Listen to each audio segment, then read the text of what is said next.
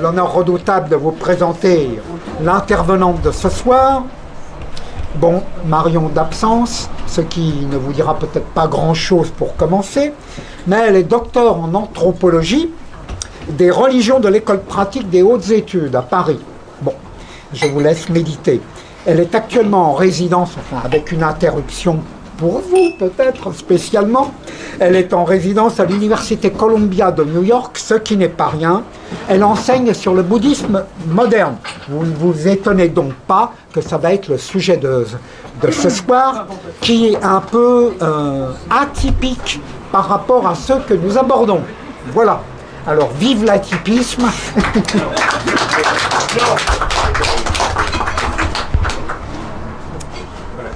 Bonsoir et merci d'être là. Vous dites si je ne parle pas assez fort, parce que j'ai...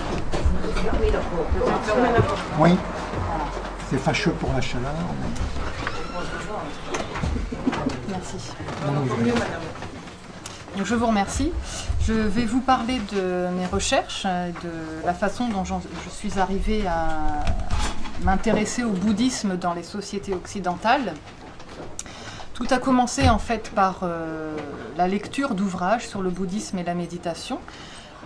À titre d'exemple, par exemple, dans le métro tout à l'heure en venant, j'ai vu un couple de jeunes actifs, enfin une femme en costume de travail, qui avait un livre à la main, et sur le livre je voyais Sérénité. Je me dis tiens, ça a certainement à voir avec le bouddhisme. Et en effet, c'était un livre sur la méditation. Que l'on pratique tous les jours, 5 minutes, 10 minutes, et qui est censé apporter un bien-être, un mieux-être dans la vie quotidienne. Donc beaucoup de gens pratiquent aujourd'hui la méditation, c'est très à la mode parmi justement les chefs d'entreprise, les gens actifs, à Wall Street notamment, à la Silicon Valley, etc. Et parmi les gens qui sont dans le vent et qui ont de l'argent, etc. Le bouddhisme, sous la forme de la méditation, est très pratiqué aujourd'hui. Alors le problème, c'est que la méditation, ce qu'on appelle la méditation en Occident, n'a pas pour but de réduire le stress. Ce n'est pas une méthode médicale comme certains nous la vendent aujourd'hui.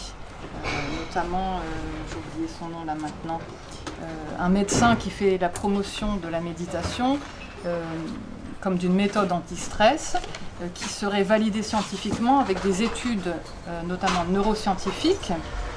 Par exemple, Mathieu Ricard en parle beaucoup. Donc le bouddhisme accorde évidemment une place à la méditation, mais elle n'a pas le sens qu'on lui attribue en Occident. Son but n'est pas de réduire le stress, on pourrait même dire que son but est de produire du stress. Donc ça, c'est un premier contresens.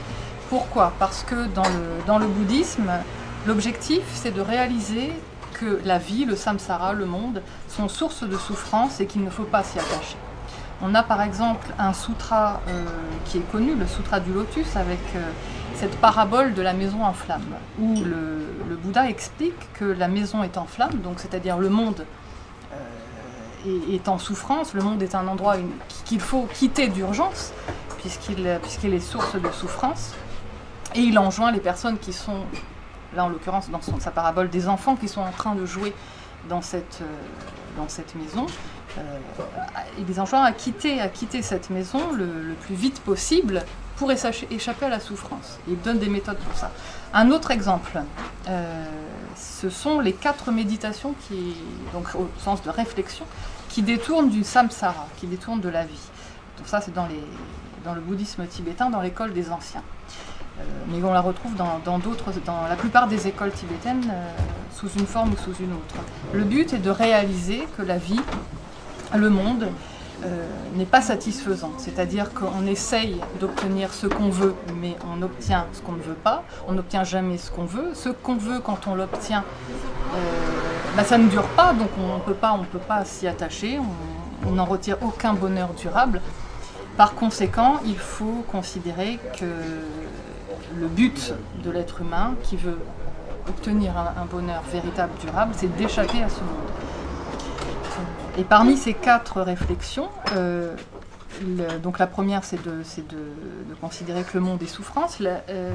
La suite de cette réflexion, c'est de considérer qu'étant donné le mal, les actes négatifs qu'on a posés dans nos vies précédentes ou dans cette vie ne peuvent qu'apporter un fruit de souffrance, on est condamné de fait obligatoirement à souffrir éternellement dans ce cercle sans fin des renaissances qui s'appelle le samsara. Parce que dans le bouddhisme, on considère que les actes ont des conséquences, donc chaque acte que l'on pose aura une conséquence dans cette vie et dans les autres, et ainsi les êtres errent dans ce cercle sans fin de renaissance.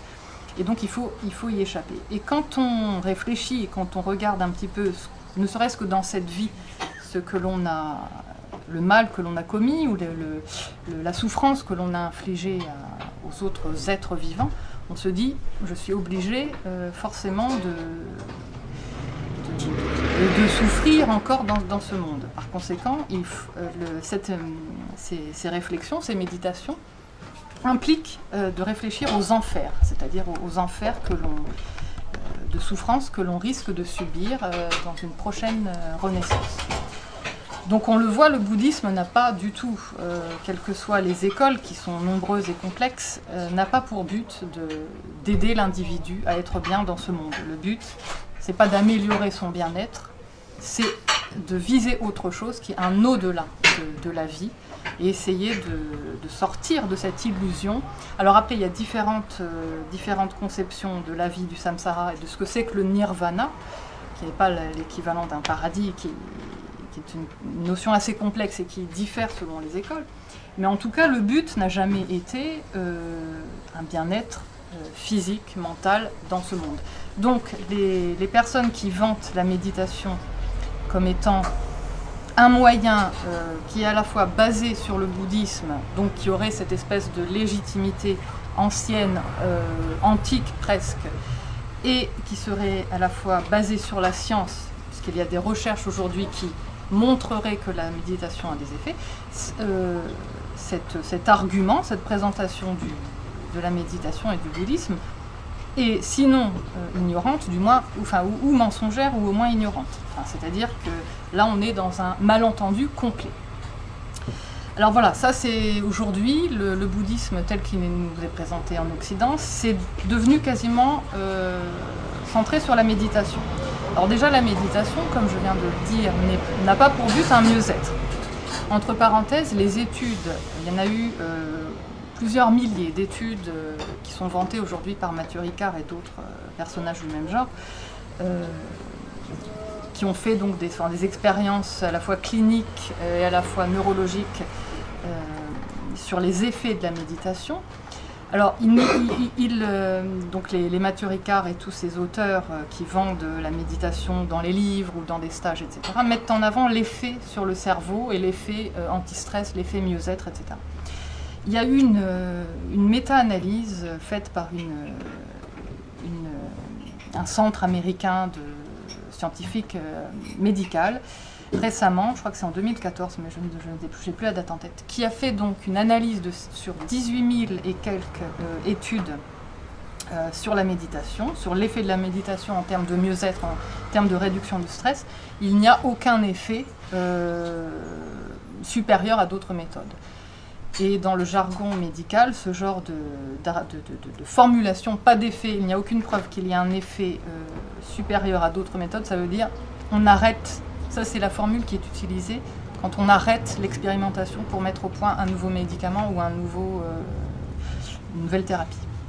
Donc en clair, ça ne marche pas.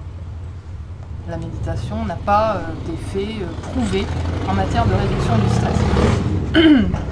Donc ça, c'est le premier point. Aujourd'hui, le bouddhisme tel qu'il nous est présenté en Occident, il nous est surtout présenté sous l'angle du mieux-être, sous l'angle médical, anti-stress. Donc le stress étant aujourd'hui le grand mal de l'Occident, le seul problème à régler, semble-t-il. C'est là-dessus, sur ce problème, que s'est greffé aujourd'hui le bouddhisme. Mais il y a d'autres courants bouddhistes aujourd'hui. Si vous allez dans une librairie, vous trouvez des livres écrits par des bouddhistes tibétains, par exemple, qui eux aussi parlent beaucoup de méditation. Vous avez aussi le zen, qui est assez développé. Vous avez le bouddhisme Theravada également, donc le bouddhisme de l'école ancienne.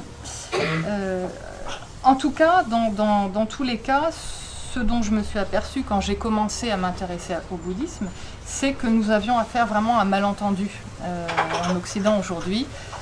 Alors, pas pour les gens qui s'y intéressent de près de façon savante ou de gens qui décident de s'engager dans une communauté bouddhiste religieuse et qui adhèrent vraiment aux principes religieux et à la vision du monde proposée par les différentes écoles bouddhistes, mais au niveau du grand public, on a affaire à une image stéréotypée qui est fausse et qui donne lieu à des déconvenues certaines. Et c'est ainsi que j'ai commencé à m'intéresser au bouddhisme. Alors, qu'est-ce qui a motivé au départ cette recherche? Je vais vous raconter tout simplement un petit peu mon parcours. J'avais lu donc des livres sur le bouddhisme, sur la philosophie bouddhiste, parce qu'elle est toujours présentée comme une philosophie. Sous-entendu, ce n'est pas une religion. Sous-entendu, il n'y a pas de Dieu créateur. Bon, là c'est vrai. Sous-entendu, il n'y a pas de rituel. C'est faux, il y a énormément de rituels. Il y a aussi une dévotion, souvent à l'égard du maître, notamment dans le bouddhisme tibétain. Il y a des divinités également. C'est pas parce qu'il n'y a pas de Dieu créateur qu'il n'y a pas de surnaturel. Il y a du surnaturel dans le bouddhisme.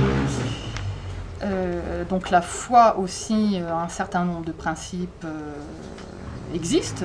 Le simple fait d'adhérer à une vision du monde, à la vision selon laquelle le monde est souffrance et qu'il faut en sortir, et que dans certaines écoles le monde est une illusion, bon, adhérer à ça, c'est quand même adhérer à une forme de croyance. Bon. Donc le bouddhisme est présenté comme une philosophie ou est présenté comme une espèce de tradition vague qui aurait donné naissance à la méditation. Alors la méditation, ça serait la pratique contemplative qui aurait été découverte, pratiquée par le Bouddha au moment de son éveil et qui serait possible de réactualiser, que chacun pourrait reproduire aujourd'hui pour essayer en quelque sorte se réharmoniser avec l'univers. Enfin, on ne comprend pas exactement de quoi il s'agit quand on lit ce genre d'ouvrage, si ce n'est que ces ouvrages invitent le lecteur à se rendre dans un centre bouddhiste pour apprendre la méditation sous la direction d'un maître. Parce qu'on vous dit le bouddhisme, c'est une philosophie, vous n'avez pas besoin de suivre un maître, vous n'avez pas besoin d'adhérer à un système contraignant, mais par contre, vaut mieux que vous alliez apprendre la méditation chez un maître, si possible, asiatique. Donc, j'y suis allée. Alors, j'ai fréquenté pendant un certain temps un groupe bouddhiste tibétain qui se situait en Bretagne, donc j'ai suivi des cours, suivi des retraites. Et très rapidement, je me suis évidemment rendu compte que le bouddhisme tel qu'il était proposé par des Tibétains, donc on ne pouvait pas les taxer de mentir sur leur religion. Enfin, bon, a priori, on pouvait les croire. Je me suis rendu compte que tout ce qu'on raconte au public sur la méditation et le bouddhisme est complètement faux. C'est-à-dire qu'on vous dit que ce n'est pas une religion, mais vous devez suivre un maître, vous devez pratiquer des rituels, il y a des divinités, il y a des textes liturgiques à réciter, il y a des confessions de fautes à faire, etc. Des rituels très compliqués, des liturgies, bon. Donc je me suis dit, il y a quand même un décalage entre ce que l'on nous dit, les discours sur le bouddhisme qui sont très à la mode actuellement, et la réalité du bouddhisme tel qu'il est conçu par les Asiatiques, en l'occurrence les Tibétains, mais par exemple au Japon aussi, on voit que le bouddhisme, personne ne s'intéresse au bouddhisme vraiment au Japon. C'est-à-dire l'image des pratiquants zen qui méditeraient chez eux sur un coussin assis sur un tailleur, c'est une invention occidentale essentiellement. Les Japonais, pour eux, le bouddhisme, c'est les enterrements, c'est les funérailles. Enfin, ce n'est pas des enterrements d'ailleurs, ce sont des crémations. Donc on fait appel à un prêtre bouddhiste au moment de la mort d'un membre de la famille. Et c'est à ce moment-là qu'on parle de bouddhisme au Japon. Donc ce n'est pas du tout le zen, la méditation. Aujourd'hui, zen est devenu synonyme de calme, de détendu, de serein. Alors zen, c'est quand même un mot qui vient, qui se dit chan en chinois et qui vient du sanskrit dhyana, qui veut dire la concentration. Et si vous allez dans un centre, enfin dans un monastère zen au Japon, ou que vous fréquentez des moines zen, ils sont tout sauf détendus quand même, enfin, comme de manière générale les Japonais dans leur culture. Donc il y a encore une fois un total malentendu sur zen, méditation, bouddhisme. Alors, ma recherche a consisté en deux étapes ou deux pans, si vous voulez. La première étape, donc, c'est le livre que j'ai écrit, issu d'une thèse, Les dévots du bouddhisme. Bon, je le montre, je ne sais pas si... Voilà, j'en ai 2 exemplaires ici. Qui est une étude ethnographique, donc une enquête de terrain sur un centre bouddhiste tibétain que j'ai fréquenté pendant plusieurs années en France et qui est un réseau international qui est très dynamique, présent dans le monde entier, dirigé par un Tibétain et qui propose un bouddhisme soi-disant adapté au monde moderne, donc adapté aux Occidentaux, mais qui sera en même temps traditionnel. Bon.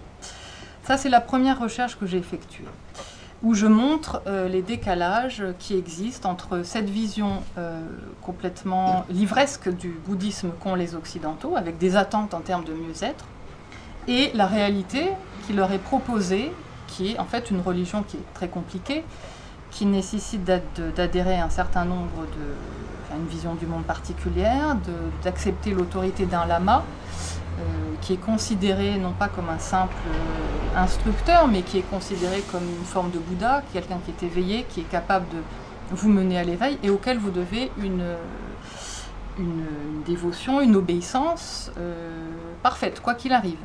Et en particulier, s'il vous demande des choses qui vous paraissent immorales, insensées, c'est possible. Et c'est le cas de ce lama qui pratiquait ce qu'il appelle la folle sagesse, qui est un concept qui a une origine tibétaine, mais qui a été quand même mise au goût du jour par un lama qui a officié aux États-Unis, surtout dans les années 70, et qui a développé cette notion de folle sagesse comme une méthode de développement personnel un peu violente pour aider les Occidentaux à sortir de leur matérialisme spirituel. C'est-à-dire qu'il y a cette vision parmi les pratiquants bouddhistes occidentaux qui est entretenue et confortée par bon nombre de maîtres asiatiques, que les Occidentaux sont de vilains matérialistes et qu'ils n'ont plus de valeur spirituelle, qu'ils n'ont plus de... Ce sont des êtres qui vivent dans la richesse, mais qui sont à l'image des dieux qui vivent dans le bouddhisme, dans des paradis où ils ont tout ce qu'ils veulent, mais finalement ils sont malheureux. Voilà, donc les Occidentaux sont décrits comme ça dans ces centres bouddhistes, et les Occidentaux qui pratiquent le bouddhisme adhèrent généralement à cette version des choses, cette vision des choses.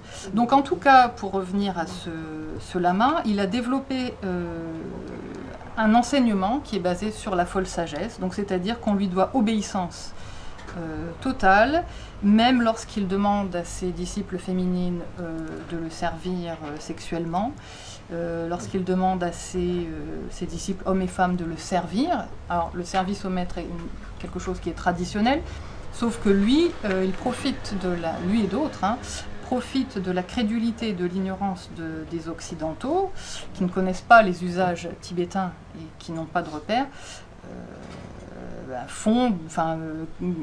mettent en place des systèmes qui ressemblent fort à ce qu'on appelle en Occident une secte. Bon, les choses sont compliquées, le mot secte ne convient pas, mais voilà en somme. C'est-à-dire donc la première partie de ma recherche, qui aboutit à ce livre, était de montrer que les Occidentaux arrivaient avec une image du bouddhisme complètement déconnectée des réalités asiatiques, avec donc une image qui leur est décrite, qui leur est vendue dans des livres, dans des émissions, Mathieu Ricard, etc. Ils arrivent et on leur propose finalement tout autre chose, qui est à la fois quelque chose de traditionnellement tibétain ou japonais ou autre, mais qui, à la fois, comme ils n'ont pas les repères, pour comprendre et savoir discerner entre ce qui est acceptable et ce qui ne l'est pas, aboutit à des espèces de no man's land, on pourrait dire, enfin une espèce d'endroit où régi par des règles qui sont jamais claires en fait. Donc ça, c'est disons la première enquête. On pourra en parler si vous voulez plus tard. Et là, le travail que je suis en train de faire actuellement, c'est de revenir sur les raisons de ce malentendu. Une fois qu'on a identifié ce malentendu, qu'on voit qu'il y a des problèmes, que la réalité ne correspond pas au discours, on peut se dire mais comment ça se fait? Comment ça se fait que les Occidentaux s'imaginent que le bouddhisme est une philosophie qui n'a rien à voir avec la religion, que la méditation serait la pratique principale du bouddhisme, alors que la méditation pour les Asiatiques, c'est une pratique, comme on dit, de virtuose, c'est-à-dire ce sont des ascètes, ce sont des gens qui consacrent leur vie en tant que moine ou en tant qu'ascètes complètement à l'écart de la société. Les laïcs, au Tibet par exemple, ne pratiquent pas la méditation. En général, enfin je parle sous contrôle, mais les pratiques des laïcs, des non-religieux, consistent plutôt à faire des offrandes aux monastères pour aider financièrement les monastères et pour recevoir en retour aussi une sorte de bénédiction, si vous voulez, une sorte de karma positif. Voilà. Et puis, en Asie, c'est aussi beaucoup le culte des reliques. Donc, comme le rappelle Donald Lopez, donc un tibétologue et un bouddhologue américain, il rappelle dans un livre, je vous le traduis, l'histoire du bouddhisme, que le premier don du Bouddha à l'humanité n'a pas été un enseignement. Le premier don du Bouddha à l'humanité a été un cheveu qu'il a arraché à sa tête. C'est-à-dire que quand les anciens ascètes, enfin les ascètes avec qui il avait un moment essayé avec qui il avait pratiqué pour essayer d'atteindre l'illumination par des pratiques ascétiques, quand ils sont venus le trouver en disant « Bon, tu as atteint l'éveil, maintenant donne-nous le fruit de ton... dis-nous ce qu'il faut faire, enfin, donne-nous quelque chose », il a arraché un cheveu de sa tête et il l'a donné. C'était une relique. Le premier don du Bouddha au monde, c'était une relique, non pas un enseignement. Et les premiers actes des sociétés bouddhistes, au départ, c'était d'implanter des stupas, c'était donc des reliquaires. C'était de marquer le territoire par la présence du Bouddha, par des reliques du Bouddha. Alors, bien sûr, le Bouddha a enseigné. On ne va pas dire que le Bouddha s'est contenté de promouvoir sa propre vénération. Mais, alors déjà, il est très difficile de savoir ce qu'a enseigné exactement le Bouddha. D'après les spécialistes, bon, on ne sait pas exactement. Tout ce qu'on peut... tout ce sur quoi les écoles bouddhistes s'accordent, c'est de dire que Siddhartha Gautama, qui est un ancien prince qui a abandonné sa famille, son royaume pour essayer d'atteindre l'éveil par des pratiques ascétiques et par d'autres pratiques, et que finalement il a atteint l'illumination seul sous l'arbre de la Bodhi, lui a permis de connaître la vérité sur la vie, sur le monde. Voilà, bon. Toutes les écoles bouddhistes se réfèrent à cette expérience, sans jamais vraiment trop savoir exactement en quoi consistait l'expérience en question. Alors après, bien sûr, vous avez les 4 nobles vérités qui, d'après Donald Lopez, toujours ce tibétologue et bouddhologue, a été mal traduit. En fait, il s'agirait plutôt des 4 vérités pour les nobles, c'est-à-dire qu'il aurait transformé la noblesse de sang, qui était celle qui prévalait chez les hindous, en noblesse spirituelle. C'est-à-dire que ceux qui suivaient son enseignement devenaient nobles par la force des choses.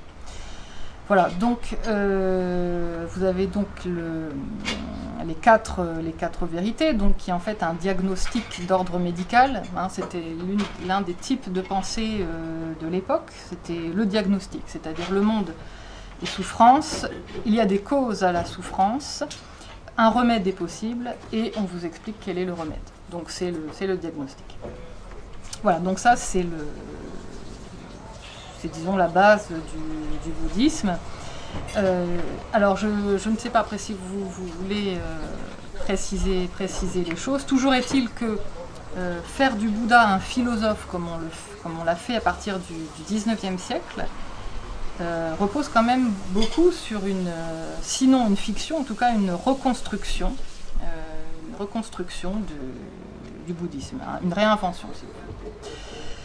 Parce que le Bouddha, oui, alors je le dis en passant, comme ça me vient, on dit souvent, les gens qui font la promotion du bouddhisme et de la méditation, disent souvent, oui, le Bouddha a dit qu'il fallait expérimenter et non pas croire sur parole ce qu'il aurait trouvé. Bon.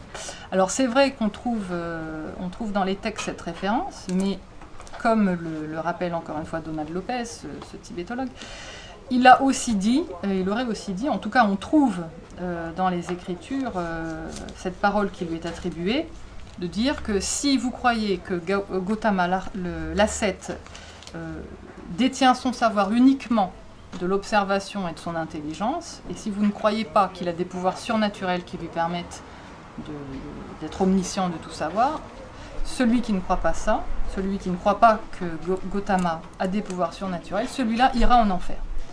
Donc, on retient ce qui nous arrange dans le bouddhisme. Voilà, c'est ça l'idée clé. Et donc, le deuxième volet de mon étude sur le bouddhisme en Occident, c'est de revenir sur les causes, justement. Faire comme le Bouddha, on voit où est le problème aujourd'hui, il y a un malentendu. Quelles sont les causes du problème? Alors, les causes du problème ont déjà été partiellement éclaircies par des historiens, et je vais vous en dire deux mots. Simplement, moi, je m'intéresse en ce moment à Alexandra David-Néel, que vous connaissez certainement, qui est cette orientaliste, exploratrice française d'origine belge, qui était la première femme, enfin supposément, à entrer à Lhasa en 1924, qui s'était déguisée en tibétaine, en mendiante tibétaine, et qui était entrée, et qui a écrit beaucoup de livres ensuite sur le bouddhisme et le Tibet. Donc je suis en train de faire sa biographie intellectuelle de manière à savoir un petit peu comment elle est devenue bouddhiste et quelle a été sa contribution à la popularisation du bouddhisme. Alors d'abord elle se présente souvent comme étant la première bouddhiste française, comme une pionnière. Et elle est présentée comme une pionnière, une femme spirituelle, etc. Les choses sont plus compliquées. Et en fait, le fait de faire cette biographie permet d'élucider pas mal de choses, pas mal de raisons, pas mal de causes. Ça permet d'éclaircir les contextes dans lesquels le bouddhisme s'est constitué en Occident comme justement cette religion idéale qui n'en serait pas une, en fait. C'est-à-dire c'est une philosophie, comment dire, certains parlent même d'hygiène, de vie, ou voilà, enfin, une spiritualité de substitution au christianisme qui serait idéale. Et on voit en étudiant la vie d'Alexandra David-Néel comment ça a pu advenir cette fiction. Alors, certains chercheurs se sont penchés sur les travaux d'Eugène Burnouf, par exemple, au XIXe siècle. Et il s'avère que c'est lui qui aurait créé cette image de Bouddha philosophe. Alors aujourd'hui, donc, on présente le Bouddha comme étant un homme normal, comme étant, donc n'étant pas divin, étant un philosophe révolutionnaire. Il aurait brisé le système des castes de l'hindouisme. Il n'aurait jamais demandé que l'on le croie sur parole, il aurait complètement évacué la question de l'origine du monde, bon, ce qui est vrai. Il n'aurait pas incité à se référer à des dieux, donc la foi est exclue, etc. Quand on regarde ces allégations, le Bouddha philosophe, le Bouddha qui ne parle pas de foi, le fait qu'il n'y ait pas de Dieu créateur, le fait que ce soit rationnel, le terme rationnel revient souvent, c'est-à-dire qu'il n'y aurait pas de croyance en des choses surnaturelles, il n'y aurait pas de croyance dans une cosmogonie. Bon, le monde, c'est le monde, il n'y a pas de Dieu, il n'y a pas d'être qu'on n'est pas capable de voir. Le surnaturel n'existe pas. Quand on voit ces allégations, on se rend compte que, étrangement, ça ressemble à l'inverse exact du christianisme et de Jésus. Alors, c'est pas miraculeusement que le Bouddha serait l'inverse exact du Christ. C'est pas que ça tombe bien, c'est que ça a été inventé comme ça. Du moins partiellement, ça a été réinventé. Pour vous donner un petit peu une idée des façons dont on regardait le Bouddha et le bouddhisme aux époques antérieures au XIXe siècle. Alors les rapports entre l'Occident et le bouddhisme remonteraient au IIIe siècle, IIe, IIIe siècle, avec notamment Clément d'Alexandrie. Simplement, c'était des contacts... bon, il n'y a pas grand-chose, si vous voulez. Par contre, c'est plus tard, notamment 16e, 17e siècle, où avec les voyageurs et les missionnaires qui vont en Asie, il y a beaucoup de récits ethnographiques, de récits de voyageurs, de missionnaires, qui expliquent quels sont les différents cultes qu'ils trouvent à Ceylan, en Chine, en Thaïlande, au Japon, etc. Et rapidement, en fait, ils se sont rendus compte que cette statue qu'on voyait, cette idole, parce que pour eux c'était une idole, ils se sont rendus compte, surtout à partir du XVIIe siècle, fin XVIe, début XVIIe siècle, qu'il s'agissait de la même idole. Simplement, elle était un petit peu différente en Chine, au Japon, en Thaïlande, au Laos, etc. Mais pour eux, c'était une idole parmi les quatre, enfin parmi l'ensemble immense de la religion païenne, du paganisme. Parce que avant le XIXe siècle, ce qu'on appelle aujourd'hui les religions étaient classées en quatre catégories. Il y avait le christianisme, le judaïsme, le mahométisme, on parlait à l'époque ainsi, et le paganisme, qui était la plus vaste des catégories. Et le bouddhisme faisait partie du paganisme. On trouvait donc cette idole qui n'était pas encore identifiée comme le Bouddha et qui portait différents noms. Alors les chercheurs ont trouvé jusqu'à plus de 300 noms pour désigner le Bouddha avant le 19e siècle. Donc il y avait Sagamoni Borkan par exemple, c'était le terme employé par Marco Polo, et puis d'autres, Shakabu, Bouddha, enfin différents termes. À partir du XVIIe siècle, donc, on a compris qu'il s'agissait de cette même idole, mais on ne savait pas d'où elle venait, et on ne savait pas quel était son enseignement. Et on ne savait pas si c'était une idole, ou si c'était donc une divinité, ou si c'était un personnage historique. Alors ce n'est qu'au XVIIIe siècle qu'on a compris fin XVIIIe siècle, qu'il venait d'Inde. Alors au départ, on avait émis l'hypothèse qu'il venait d'Afrique. Parce qu'il avait les cheveux très bouclés et le nez épaté.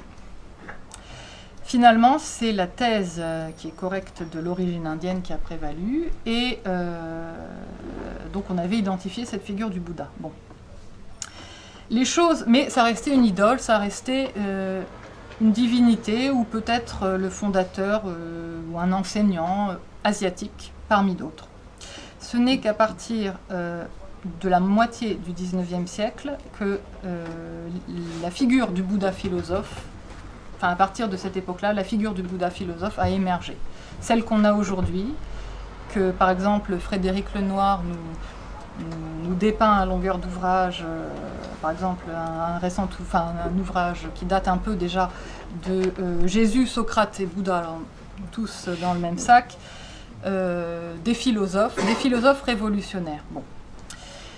Mais cette idée de philosophe, de Bouddha philosophe, vient essentiellement en fait d'un orientaliste qui s'appelle Eugène Burnouf, qui a vers 1840 reçu des manuscrits sanscrits qui venaient du Népal par un employé, enfin un officier britannique qui était en Inde à ce moment-là, Oxon, et qui a trouvé sur un marché, qui s'est procuré des manuscrits sanscrits qui parlaient de Bouddha. Et donc il les a envoyés aux sociétés savantes orientalistes européennes pour que ce soit traduit et que ce soit commenté. Et un bon paquet de manuscrits est arrivé entre les mains d'Eugène Burnouf, qui était un philologue, dont le père était un éminent spécialiste de grec et de latin, lui-même spécialiste de grec et de latin et d'autres langues orientales, et il s'est mis au sanskrit, et le fils Eugène s'est mis au sanskrit à cette époque-là, et il était très content d'avoir du grain à moudre avec ces textes. Alors, tout ça se passe dans le contexte de ce qu'on a appelé la Renaissance orientale. La Renaissance orientale, au XIXe siècle, c'était l'idée que, en somme, on pourrait dire ça comme ça, la Renaissance, la première Renaissance des lettres gréco-latines, n'était pas allée suffisamment loin dans le temps. Et on n'avait pas assez liquidé l'héritage judéo-chrétien, qui à l'époque était perçu comme sémite, sémitique. Donc c'était à cette époque-là qu'on a commencé à parler de race indo-européenne, à partir des langues qu'ils ont découvertes et dont ils ont compris ou supposé qu'elles venaient du sanskrit. Donc d'un côté, les peuples et les langues indo-européennes, et de l'autre, le peuple et la culture sémitique, qu'on voulait rejeter, enfin que certains voulaient rejeter, parce que c'était justement la Bible, le judaïsme et le christianisme. Donc, à partir de cette époque-là, découverte du sanskrit, découverte des textes sanscrits, on s'est dit l'Inde est la mère des civilisations, et c'est d'Inde que doit revenir une nouvelle régénération de l'Europe. Et donc, on va appeler ça la Renaissance orientale. Donc on attendait de l'Inde, et donc des savants qui étaient capables de nous parler de l'Inde et de ressusciter des textes de penseurs anciens, qu'ils régénèrent la civilisation occidentale qui était perçue comme décadente. Et notamment décadente parce qu'elle a été contaminée par le sémitisme. Alors, Eugène Burnouf, outre le fait qu'il ait été un linguiste très, très talentueux, il était aussi un ami et disciple de Michelet et quelqu'un qui était très anticlérical. Donc tous ces gens-là étaient quand même animés, c'était pas la soif de la connaissance uniquement, il y avait des motifs idéologiques évidemment. Et en tout cas, c'est lui qui a traduit nombre de textes bouddhistes qui sont aujourd'hui connus, notamment le Sutra du Lotus, et qui a dépeint le Bouddha comme étant un philosophe briseur de caste, un philosophe, tout ce qu'il y a de plus humain, qui demandait simplement que l'on fasse preuve de raison et non pas de foi, non pas de superstition ou autre. Et il a notamment classé les sutras en deux catégories. Les sutras qu'il a trouvés les a classés en deux catégories. Les sutras simples et les sutras complexes. Les sutras, ce sont des textes, des paroles attribuées au Bouddha. Les sutras simples étaient les sutras qui étaient le plus conformes, qui étaient les plus matérialistes, si on veut. C'est-à-dire, il n'y avait pas de surnaturel, c'est simplement un Bouddha qui fait un enseignement. Les sutras complexes, c'était ceux qui développaient des visions du monde complexes avec des dieux, avec la question de la foi, les pouvoirs surnaturels du Bouddha, qui est une sorte de Superman en fait, le Bouddha dans ses traditions. Donc il a considéré que les sutras simples étaient les sutras originels, donc ils étaient vrais.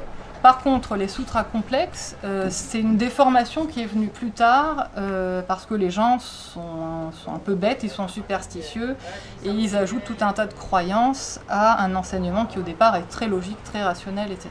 Bon, les savants aujourd'hui savent qu'il n'en est pas ainsi, qu'il y avait du magique, il y avait du surnaturel dès le départ. Il n'y a pas eu comme ça une espèce de dégradation du bouddhisme, même s'il y a quand même eu des ajouts de l'hybridation au moment où le bouddhisme rencontrait d'autres cultures. Mais il est faux de dire qu'au départ le bouddhisme était quelque chose de très rationnel et qu'ensuite ça a dégénéré. Les choses sont plus compliquées. Donc c'est à partir d'Eugène Burnouf qu'on a cette image du Bouddha philosophe. Alors le Bouddha philosophe, donc quand on regarde de près, c'est vraiment l'antithèse du Christ. C'est comme je l'ai dit, et c'est pour ça que ça a plu à cette époque-là, et c'est pour ça que ça plaît toujours aujourd'hui.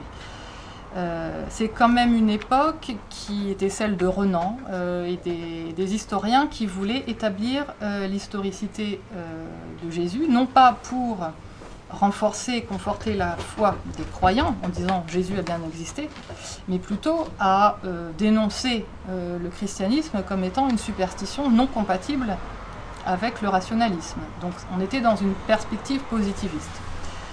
Donc, comme on revenait aux sources et qu'on essayait de comprendre quelle était la vie de Jésus d'un point de vue matérialiste, on a essayé de comprendre quel était ce personnage du Bouddha, et on en a fait, on a donné une image tout à fait conforme à l'idéologie de ces penseurs anticléricaux, positivistes de cette époque.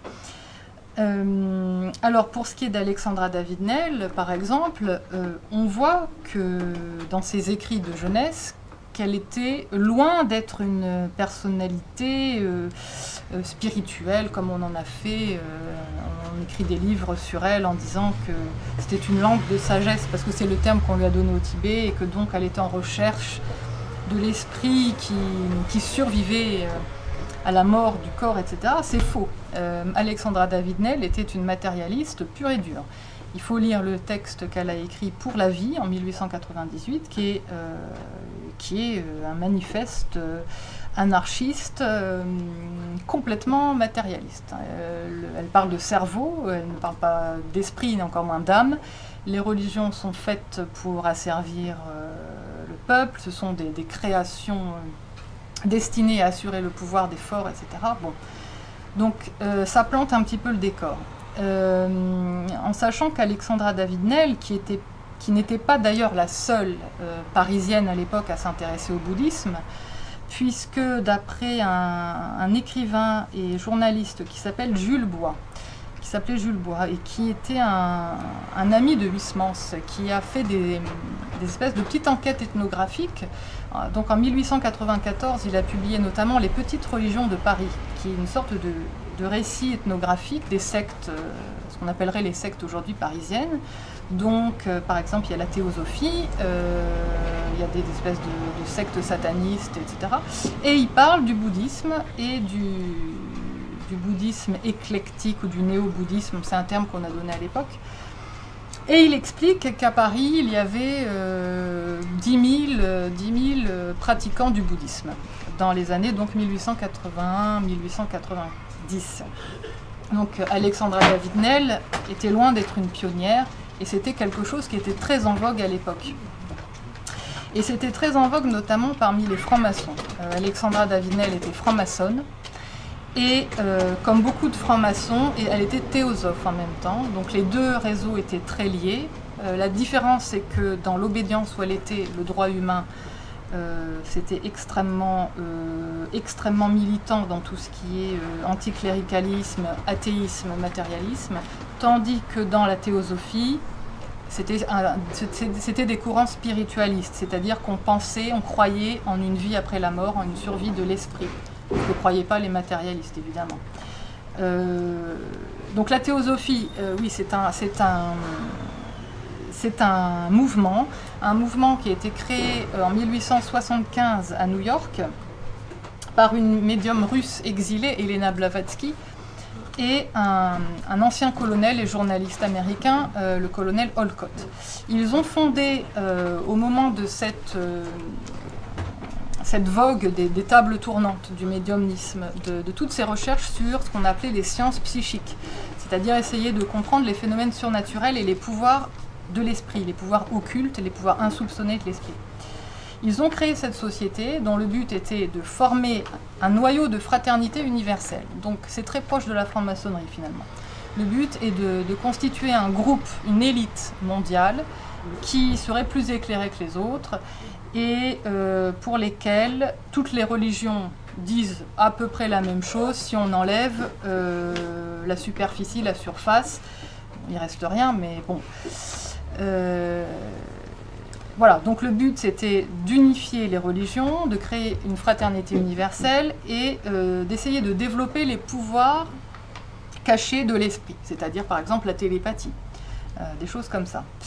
Donc la théosophie a pris un essor fulgurant, notamment grâce au charisme de Madame Blavatsky, qui était au départ une médium parmi d'autres. Il n'y avait absolument rien d'exceptionnel, et cette société, quand elle a été créée, elle ne savait même pas ce qu'elle voulait faire, la société. Au départ, c'était très vague.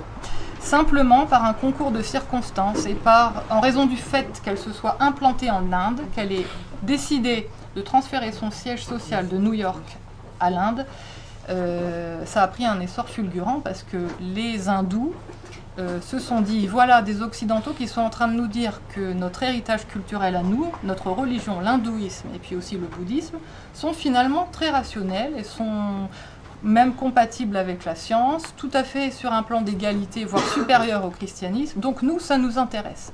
Et c'est comme ça que la théosophie a pris de l'essor dans le monde entier, finalement. Et puis Madame Blavatsky a développé ce qu'elle appelait la doctrine secrète, qui serait la vraie religion, hein, la substantifique moelle en quelque sorte, ou le noyau commun à toutes les religions. Donc c'est un pavé qui est bon, illisible, même les théosophes ne comprennent pas vraiment ce que c'est. Hein. Mais donc et en fait c'était donc là je me réfère aux travaux par exemple de Victor Stokowski mais d'autres aussi.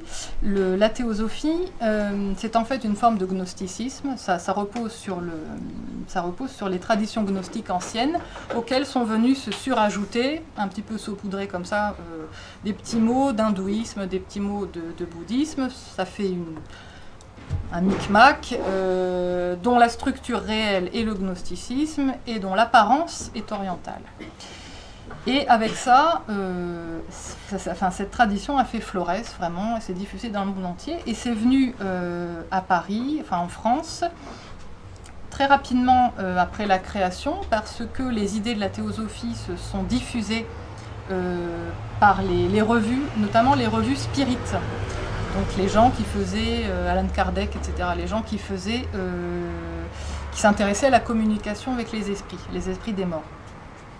Donc la théosophie s'est diffusée en France et c'est dans ces réseaux que le bouddhisme a émergé comme l'une des religions qui se rapprochait le plus de la doctrine secrète, et le Bouddha a été interprété dans ces milieux-là comme un initié. Un initié, donc, c'est-à-dire c'est l'élite des gens qui sont illuminés, qui ont reçu la doctrine secrète, la doctrine cachée, la doctrine ésotérique, qui est cachée aux profanes, mais que les gens qui ont reçu l'enseignement oral comprennent. Donc le Bouddha, alors en France, c'est surtout l'œuvre de Chouret, Édouard Chouret, qui a écrit Les Grands Initiés, publié en 1889, et qui a diffusé les idées théosophiques en disant Rama, Krishna, Bouddha, Pythagore, Moïse, ce sont des initiés. Ce sont des gens qui, dans différentes religions, dans différentes cultures, ont en fait reçu la même chose, mais ça a pris des formes différentes. Mais ces formes-là, c'est pas grave. Ce qui compte, c'est l'essence de ce qu'ils ont dit. Simplement, bien sûr, ça ne correspond pas à ce que les historiens ont compris, c'est-à-dire que le judaïsme, Pythagore et le Bouddha, ça ne dit pas du tout la même chose. Mais d'après les théosophes, il s'agissait d'une doctrine secrète qui était transmise oralement.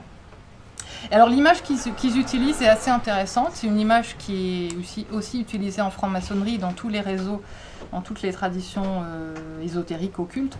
C'est l'image du temple. Donc le temple, tout le monde peut voir l'extérieur. Bon, mais dans ce temple ou dans cette cathédrale, par exemple, il y a des symboles. Il y a des symboles, mais seuls ceux qui sont initiés, seuls ceux qui ont reçu l'enseignement oral d'un maître sont capables de décrypter le sens de ce symbole. Donc pour eux, les initiés, ce sont les gens qui ont reçu l'enseignement sur les symboles. Donc le Bouddha a été décrit à la fois comme un philosophe dans les milieux savants, orientaliste, philologue, et à la fois comme un initié, quelqu'un qui aurait reçu la sagesse originelle de l'humanité. Parce que l'idée, c'est de dire qu'il y avait au départ une seule religion, une seule doctrine, et qu'elle s'est pervertie, que au fur et à mesure que les peuples se sont étendus à travers le monde, cette doctrine a été perdue, sa pureté a été perdue, ça s'est mélangé avec d'autres choses. Les gens ont inventé des superstitions, les gens ont commencé à faire différentes sectes, différentes religions, chacun a construit sa petite chapelle, etc. Mais au fond, il y avait une seule doctrine secrète de l'humanité. Et c'est ce que essayent de retrouver les mouvements à la fois théosophes, mais d'autres, et puis aussi dans une certaine mesure les francs-maçons. Et c'est dans ce contexte de double filiation qu'a émergé le bouddhisme, le Bouddha qu'on connaît aujourd'hui en Occident. Alors à la fois c'est un philosophe, briseur de caste, quelqu'un qui, comme dit Alexandra David-Néel, a levé le plus haut l'étendard de la raison. Donc ça c'est dans les milieux plutôt athées matérialistes, francs-maçons radicaux. Et le Bouddha était également pensé comme un initié, donc quelqu'un qui serait détenteur d'un savoir secret. Et ça, c'est dans les réseaux occultes. Alors, c'est intéressant aussi de savoir que l'occultisme, ce qu'on a appelé l'occultisme en France, alors là, ce sont des travaux d'un jeune chercheur allemand qui s'appelle Julian Stube, qui a montré que l'occultisme, ce qu'on a appelé l'occultisme en France, ça s'est appelé occultisme, occulte, caché, parce qu'en fait, au départ, c'était des groupes socialistes dits utopiques, c'est-à-dire qui n'étaient pas marxistes matérialistes, qui au moment du Second Empire, ont dû se cacher, en fait, n'ont plus pu exposer leur vision, leur programme utopiste pour l'humanité, puisque c'était le marxisme qui avait triomphé, mais ont dû se replier dans des petits cercles un peu cachés où ils ont développé leur doctrine. Donc ça, c'est l'occultisme français, donc qui est politique et spirituel religieux depuis les origines. Donc je pense que je vais m'arrêter là et laisser place aux questions. Pour résumer le propos de cette petite conférence, c'était de dire qu'aujourd'hui le bouddhisme nous est présenté, le bouddhisme qui nous est présenté est essentiellement une fiction et qu'il suffit de se rendre dans des centres bouddhistes tenus par des Tibétains ou autres pour voir que ça ne correspond pas à ce qu'on en dit. Que la méditation est une pratique d'ascètes qui s'y consacrent nuit et jour quasiment, enfin qui n'ont pas de vie de famille et sont encore moins PDG d'une entreprise du CAC 40, quoi. Donc on est confronté à une fiction, et une fiction qui est née dans un contexte idéologique au XIXe siècle, qui a voulu imaginer une religion alternative au christianisme. Donc c'est pas un hasard que le bouddhisme soit présenté aujourd'hui comme l'antithèse du christianisme, en disant c'est pas une religion mais une philosophie, c'est basé sur la méditation, il n'y a pas de foi, il n'y a pas de surnaturel, etc. C'est en bonne partie une invention. Alors après, le bouddhisme, c'est pas pour critiquer le bouddhisme, hein, parce que quelquefois on me fait ce procès que je critique le bouddhisme. Je ne critique pas le bouddhisme, je voudrais simplement dire que ce qu'on appelle bouddhisme, nous, ce n'est pas le bouddhisme des Asiatiques. Et si on s'intéresse vraiment au bouddhisme, il faut mettre tout sur la table. Il faut regarder ce que c'est vraiment que le bouddhisme, et c'est éventuellement critiquable d'un point de vue théologique, d'un point de vue doctrinal, d'un point de vue moral même, parce que certaines écoles considèrent que vous êtes une illusion de mon esprit. Donc d'un point de vue moral, on pourrait dire que c'est pas très grave si éventuellement je commets du mal à votre rencontre. Bon, les choses sont plus compliquées, mais en tout cas, il y a des choses à discuter dans le bouddhisme des Asiatiques. Mais ce qu'il faut savoir, et c'était le propos de cette conférence, c'est que le bouddhisme qu'on nous sert actuellement, et notamment la méditation, c'est une invention qui avait pour but essentiellement de proposer un contre-modèle au christianisme, à une époque où la franc-maçonnerie commençait à œuvrer contre le christianisme. Le bouddhisme, tel qu'on le connaît, c'est un produit de la sécularisation européenne. Voilà, en gros.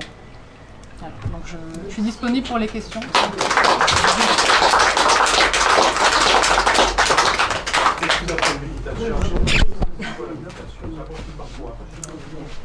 La méditation pour les bouddhistes ou... En fait, on utilise ce mot méditation qui est un terme au départ gréco-latin et ensuite chrétien, qui voulait dire au départ une réflexion. Et puis après, dans le bouddhisme, dans les bouddhismes, on devrait dire asiatiques, le terme recouvre beaucoup de pratiques. Alors vous avez en fait, en général, ce qu'on appelle méditation ici, c'est ce qu'on appelle le calme mental, par exemple chez les Tibétains, ou vipassana. qui est en fait essentiellement une pratique préparatoire, c'est-à-dire de fixer son attention sur un seul point, de manière à être capable ensuite de faire des pratiques plus élaborées, qui sont souvent des liturgies. Donc en fait, on pourrait faire une comparaison. Aujourd'hui, parler de méditation comme d'une panacée, ça serait comme de dire que faire des gammes pour un pianiste, c'est l'aboutissement, quoi. En quelque sorte, hein. Enfin, j'exagère à peine, mais la méditation du calme mental, ce n'est qu'un entraînement pour pouvoir avoir stabilisé son esprit suffisamment bien pour pouvoir ensuite pratiquer des rituels très compliqués qui demandent à être complètement concentrés. Ensuite, vous avez dans le bouddhisme ancien, par exemple, ce qu'on appelle aujourd'hui méditation. Le fait de, par exemple, quand on dit aujourd'hui « concentrez-vous sur votre souffle, visualisez votre corps », c'était pas dans un but de mieux-être, c'était au contraire dans le but de comprendre que le corps est un cadavre en devenir, que vous êtes votre corps et vous-même n'êtes qu'un assemblage de différents composants, épars, hétéroclites, qui sont destinés à se dissoudre. Donc c'est fait pour comprendre que vous n'existez là à cet instant que de manière conditionnée, temporaire, et que vous êtes appelé à vous dissoudre. Donc c'est certainement pas pour vous sentir mieux dans votre peau. Par exemple aussi une autre méditation qui montre à quel point on est décalé. Il y avait une méditation sur le désir qui consistait à visualiser une femme, donc parce que les moines étaient des hommes, sous forme aussi de cadavres en devenir. Donc une femme en putréfaction, avec des vers, les intestins qui débordent, etc. Bon. Parce que il faut se détacher du désir. Il ne faut pas désirer, donc désirer une femme, par exemple. Et après, ce qu'on appelle méditation, ce sont aussi, dans le bouddhisme tibétain et dans certaines écoles du bouddhisme japonais, ce sont des liturgies, ce sont des textes qu'on récite dans un certain ordre, et ça comprend des invocations de divinités, de Bouddha, de maîtres.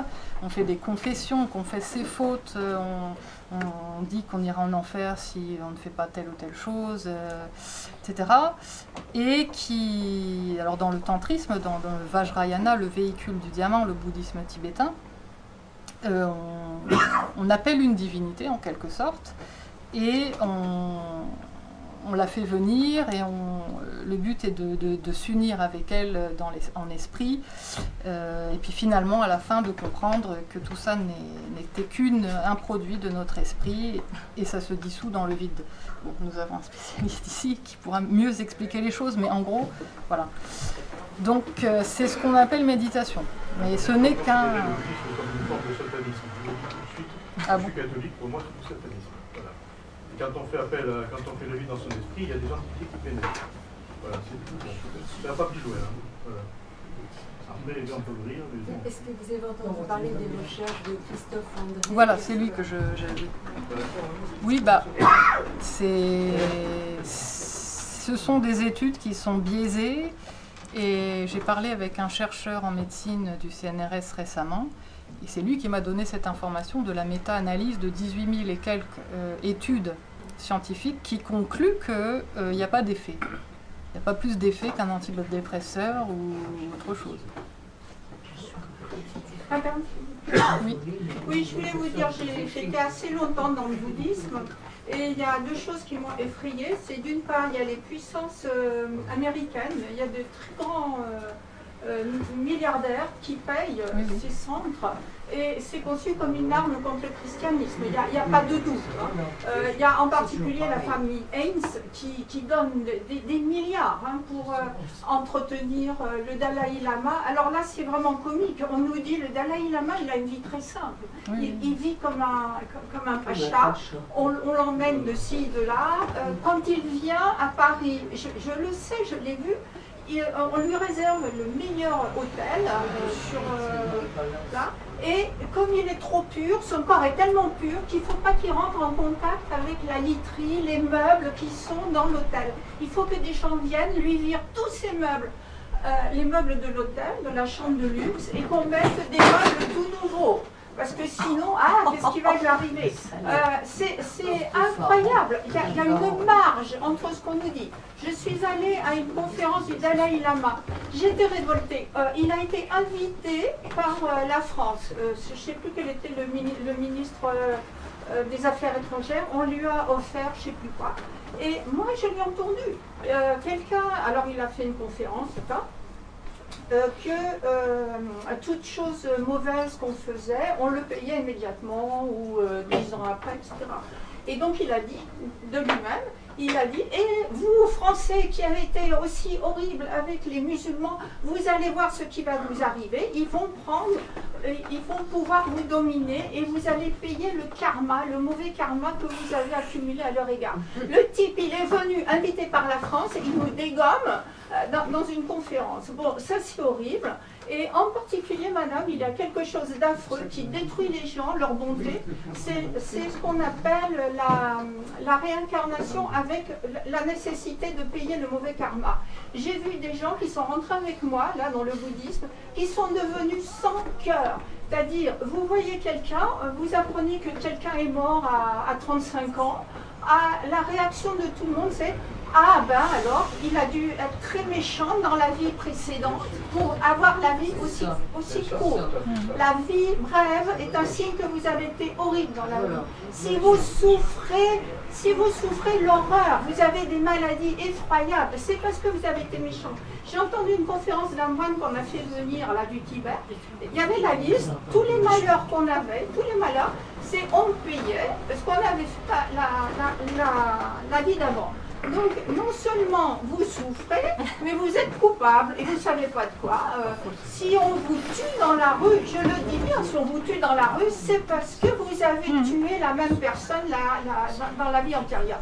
J'ai vu les gens se dégrader au niveau moral, se dégrader. Ils n'ont plus de cœur. Il faut vraiment rentrer de là-dedans de près pour voir ce qui arrive. C'est très très grave. Hein. Et les finances qui sont là-dedans, c'est invraisemblable.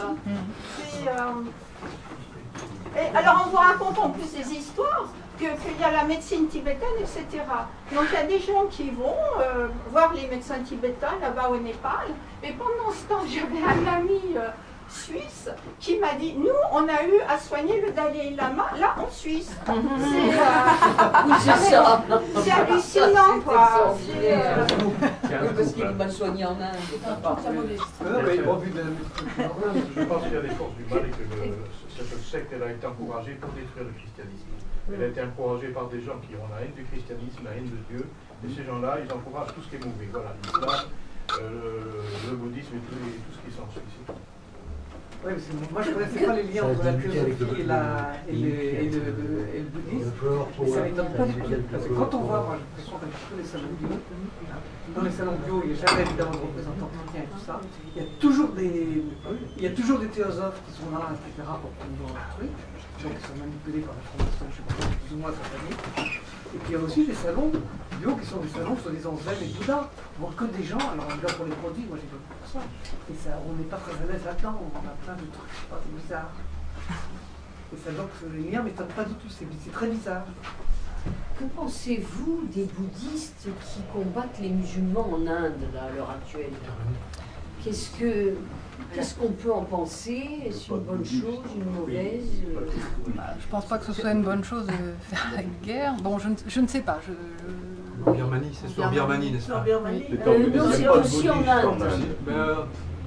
L'Inde n'est pas bouddhiste. L'Inde est hindouiste. Ou alors oui, c'est peut-être en Birmanie, mais je crois bien aussi l'avoir lu en Inde. Il y a que des Bah oui, bouddhistes. on a vu ça dans le film. Il y a quand Vous même des savez, bouddhistes en le Inde. fameux film. Et bon, Il les brûle carrément comme des cafards. Qu'est-ce par que- des centaines. oui, qu'est-ce qu'on peut en penser? C'est une réaction nationale, si vous voulez. Enfin, Oui. c'est pas parce que les gens ont des croyances religieuses bizarres qui sont... Vous savez, même si vous lisez saint Thomas, il y a deux choses, n'est-ce pas? Il y a la morale naturelle, et puis après, il y a la dimension surnaturelle. Dans le bouddhisme, il y a d'abord, c'est des êtres humains, donc ils peuvent avoir toutes les passions du monde. Puis par ailleurs, ils peuvent aussi avoir, sur le plan de la morale naturelle, estimer que la cohésion nationale n'est possible que dans certaines circonstances, vous voyez. Oui. Mais alors, imputer ça au bouddhisme, c'est vrai que c'est très choquant quand on voit religieux bouddhistes, surtout en rapport avec la représentation qu'on en donne en Occident, qui tiennent des discours patriotiques un peu pimentés, si vous voulez. Enfin, en même temps, est-ce que c'est nous qui allons leur reprocher ça? Je veux dire, enfin, si vous voulez, c'est juste que là, pour le compte, on peut dire que c'est la morale naturelle qui prend le pas sur... après, dans des situations un peu de guerre civile violente, hein, je sais pas, ça c'est une autre affaire. On ne peut pas imputer au bouddhisme complètement ce que les gens font, qui est bien ou qui est mal, en fonction de principes qui ne relèvent pas vraiment du bouddhisme en l'occurrence. Parce que le bouddhisme n'a aucune pensée politique. Oui, madame, s'il vous plaît, il faut que je parte, excusez-moi. Il y a deux choses encore que j'ai vues, c'est effroyable. Ils arrivent lorsque les parents sont bien intégrés dans une cellule de bouddhistes tibétains, et s'ils sont un peu faibles d'esprit, lorsqu'un maître meurt ou quelqu'un, on arrive à convaincre les parents que le bébé qu'ils viennent d'avoir, ils font appel à des astrologues, c'est la réincarnation du maître. Le gamin, il est arraché à sa famille. Il est mis dans le monastère. J'ai vu un pauvre gamin américain, il était tout seul de blanc, avec des habits de moine. Toutes les fois, c'était au Népal, et toutes les fois qu'il voyait un Américain, il venait, il disait « Tu as vu ma maman, est-ce qu'elle va venir? Tu as vu ma maman ?» La mère l'a mis là, je ne sais pas ce qui s'est passé. Et en Californie, à Los Angeles, j'ai assisté à une grande réunion d'intronisation d'un môme qui était tout petit, peut-être 2 ans, pareil, arraché à ses parents étaient très modestes et un peu bêtes. Et le maître leur a prouvé par A plus B avec l'astrologie que le gamin qu'ils avaient, c'était la réincarnation de machin. Et qu'il fallait qu'ils le laissent à eux. Le gamin, il est resté avec le... Je ne sais pas ce qu'il est devenu, hein, c'était il y a 15 ans. Vous perdez complètement le bon sens à cause de cette idée de réincarnation. C'est une idée extrêmement grave, là, l'idée de réincarnation, extrêmement grave. Vraiment, j'espère que vous allez étudier ça de près. C'est horrible, horrible. Ça enlève la bonté, ça vous permet de voler. Moi, je considère que c'est du vol d'enfant, ça. Du vol d'enfant. Le pauvre gamin, au Népal, il était tout seul. Il disait, où est ma maman, est-ce qu'elle va venir? C'est affreux. Il y a une différence entre le christianisme, la religion du pardon et l'amour, c'est religion de merde. Ça, c'était au Tibet, mais c'était une femme américaine, blanche, qui a dit. Là, vous parlez du bouddhisme du Tibet, mais en Chine. Non, du bouddhisme du Tibet. Et en Chine, c'est pareil, ils adorent le Bouddha aussi. Ça, je ne sais pas ce qui se passe, je parle de ce que j'ai vu. Moi, je parle de ce que j'ai vu. C'était. Parce que le Dalai Lama s'est réfugié, au Népal. Donc, les vrais bouddhistes tibétains, ils vont au Népal. Et c'est là que moi, j'étais bouddhiste tibétaine, je suis allée là et j'ai vu ça. Moi, j'ai vu. Moi, ça m'a changé le christianisme. Voilà, ça a fait le christianisme. Tout le monde ne parle pas en même temps. Donc je vous remercie d'avoir étudié les mauvais aspects de cette religion. On nous ment sur toutes les coutures. Hein. Sur toutes les coutures. Hein. Non, c'est très fort. Allez-y. Vous avez parlé du bouddhisme au Japon. Donc au Japon, quelle religion, comment le bouddhisme coexiste avec la religion japonaise traditionnelle, ou comment les Japonais assument ce basculement entre le bouddhisme et la religion japonaise. Il y a une boutade, enfin connue au sujet des Japonais, c'est qu'ils naissent shinto, ils se marient chrétiens et ils meurent bouddhistes. Donc c'est pour dire que ça ne leur pose aucun problème. C'est fonctionnel. C'est-à-dire on a besoin d'un prêtre bouddhiste parce que ce sont eux qui sont les spécialistes de la mort.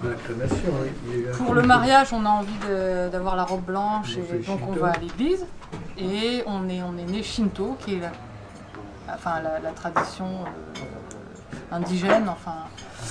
Et on va au temple shinto. Il y a un écrivain japonais, Mishima, qui a parlé dans son roman, il a parlé un peu du bouddhisme. Oui. Mishima, quelle était sa conception de la vie finalement. C'est un harakiri, donc c'est pas bouddhiste, c'est un harakiri, Genre le suicide, dans la morale bouddhiste, le suicide c'est comme le meurtre. Ah oui. C'est égal. Non, ça c'est les samouraïs, c'est l'honneur. Oui, non, mais cela dit, dans son grand cycle romanesque, on voit beaucoup de bouddhistes, enfin, les héros sont bouddhistes. Alors, comment ils arrivent à agencer ces différentes cultures, Je pose la question, Ça pose pas de problème au Japon. Ils ne conçoivent pas la religion comme un système fixe. C'est pas la vérité, si vous voulez. C'est plutôt des fonctions. On a besoin d'un prêtre pour la mort. Les spécialistes sont les bouddhistes. Pour prier, demander quelque chose, on va au temple Shinto. Et ça pose pas de problème. Comment expliquez-vous la fascination, vous l'avez dit, mais en France, du bouddhisme? Beaucoup de gens sont fascinés. Bon, c'est purement superficiel, ou y a-t-il autre chose? Oui, vous l'avez écrit, oui. Je voulais vous dire quelque chose, mais moi j'ai une réponse à vous faire que je pense qui est très importante, enfin, parce que j'ai bien réfléchi à cette question également, enfin, c'est pas mon sujet de recherche directement, mais en fait, bon, moi je suis spécialiste de la pensée tibétaine universitaire, j'ai eu un long détour par le bouddhisme, je suis aujourd'hui catholique pratiquement, ce que vous voyez. En fait, je fais souvent sourire les prêtres et les religieux catholiques d'esprit traditionnel, parce que je leur dis, vous savez, je suis né en 70, alors ce que j'ai vu dans les églises m'a fait rire. Et puis après, j'ai rencontré des vieux religieux tibétains, alors vous avez des religieux en habit, avec une liturgie impressionnante, qui n'ont pas peur de parler de l'enfer, etc. Je me suis dit, ah, ça c'est vraiment une religion sérieuse, vous voyez. Enfin, ça c'est une plaisanterie, mais pour vous dire qu'une bonne partie de l'engouement pour le bouddhisme est entièrement imputable au clergé catholique. Je voulais vous le faire dire. Mais oui, mais il faut le dire. Et entre autres choses, et à propos de la méditation, il y a quelque chose, vous voyez, c'est le fait que l'oraison n'est pas proposée. Quand vous regardez, par exemple, la prédication des Capucins au XVIe et au XVIIe siècle, la prédication populaire incluait vraiment cette idée, pour parler comme, comment s'appelle-t-il, Pierre Garrigou-Lagrange, que tout baptisé est appelé à la sainteté d'un appel général Simon Prochain, n'est-ce pas? Et qu'il n'y a pas de sainteté sans union avec Dieu. C'est ça, la perfection de la charité, c'est l'union avec Dieu, n'est-ce pas? Et ça c'est à la religion catholique de le dire, et si elle ne le dit pas... Il y a un point que j'ai oublié de dire, les pères de l'Église insistent beaucoup là-dessus, que dans la vie spirituelle, s'il n'y a pas de progrès, il y a régression. On ne reste pas un enfant toute sa vie. Et il n'y a pas de sainteté possible sans l'oraison infuse. Donc c'est pas uniquement rester à la vie ascétique, ne pas faire le mal, essayer de faire le bien. Et malheureusement, la plupart des catholiques ont une morale kantienne, il faut. J'ai prêché pendant des années l'exercice de Saint Ignace, alors pas du tout dans la méthode de Valais, qui était bon pour des petits, enfin pour faire des soldats. Ça a été très utile dans la guerre espagnole.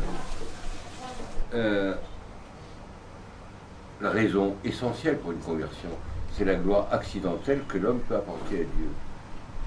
Mais ça, la plupart des prêtres ne savent plus ce que c'est. Et le problème est là. Continue. Alors, autrement, je voulais vous demander si vous connaissiez, parce que ça va tout à fait dans votre sens, le livre de Philippe Muret, le 19e siècle à travers, comment ça s'appelle, 19e siècle à travers les âges, qui invente ce concept génial qui est l'occulto-socialisme. Qui s'intéresse justement à ce fait extrêmement curieux qu'en fait, dans la pensée française du 19e siècle notamment, c'est la même chose. Enfin, oui, c'est Victor Hugo qui fait tourner les tables. C'est-à-dire, en fait, c'est les mêmes qui sont dans l'ultra-progressisme. Mais c'est un phénomène européen. Vous prenez par exemple, vous devez connaître le roman de Lescaut, à couteau tiré. Ces petites bandes d'anarchistes qui ne croient plus à rien, et qui s'amusent à faire tourner les tables, à l'occultisme. Comment? C'était à la mode. C'était à la mode. Oui. Donc c'est très intéressant parce que d'un point de vue sociologique, les bouddhistes français, par exemple, sont de gauche. Sont de gauche. C'est curieux et intéressant, mais vous avez tout à fait raison, ça, là, vous avez un fil vraiment à tirer. C'est-à-dire qu'il y a quelque chose dans la généalogie du néo-bouddhisme français qui est là-dedans, qui est en fait ce retour de la gnose, mais d'une gnose qui est organiquement liée à la liquidation des traditions. Enfin, et puis à des projets utopiques. En fait. C'est ça. Mais ce qui est bizarre, c'est qu'effectivement, ça chevauche le bouddhisme, qui n'a quand même pas énormément de choses à voir avec ça, enfin, dans ce qu'il est, dans ses textes et tout ça. Enfin, voilà. C'est ça, si vous ne connaissez pas ce livre, Oui, il est extraordinaire. C'est passionnant, brillant. Le rôle d'Hermann Hesse aussi, on pourrait peut-être en parler, le rôle d'Hermann Hesse dans la... Siddhartha. Et j'ai une question, c'est peut-être un peu plus politique. Quel est le lien entre l'occultisme et le socialisme? Est-ce que l'origine philosophique du socialisme, c'est pas l'occultisme?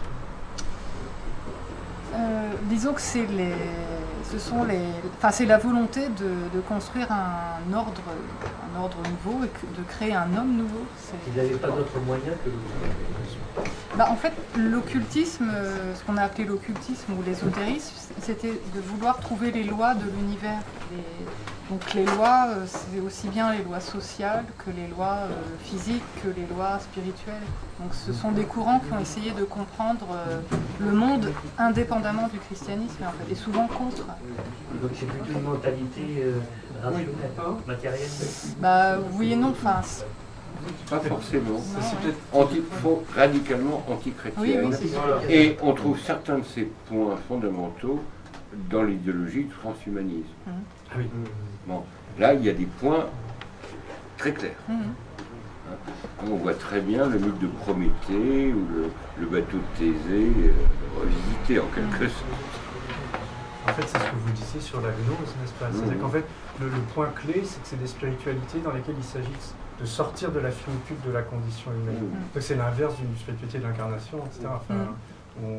On accepte la finitude tout en tendant à l'union à Dieu, mais là, il s'agit d'effacer toutes les bornes. Et là, c'est peut-être ce côté-là qui confine au satanisme, effectivement, enfin, qui a des affinités. Oui, puis d'y arriver par soi-même uniquement. À l'anéantissement de soi-même. Oui, c'est ça, mais avec l'idée d'une sorte de déco. C'est un peu sous les pavés la plage, mais version métaphysique. C'est-à-dire qu'il faut enlever tous les conditionnements pour arriver à une sorte d'infini par soustraction. En extrapolant.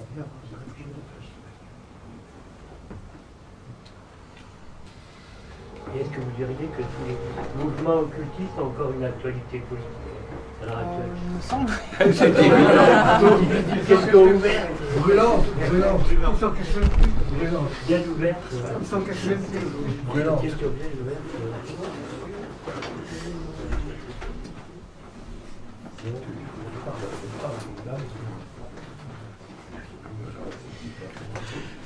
D'autres questions? Merci. J'en ai deux.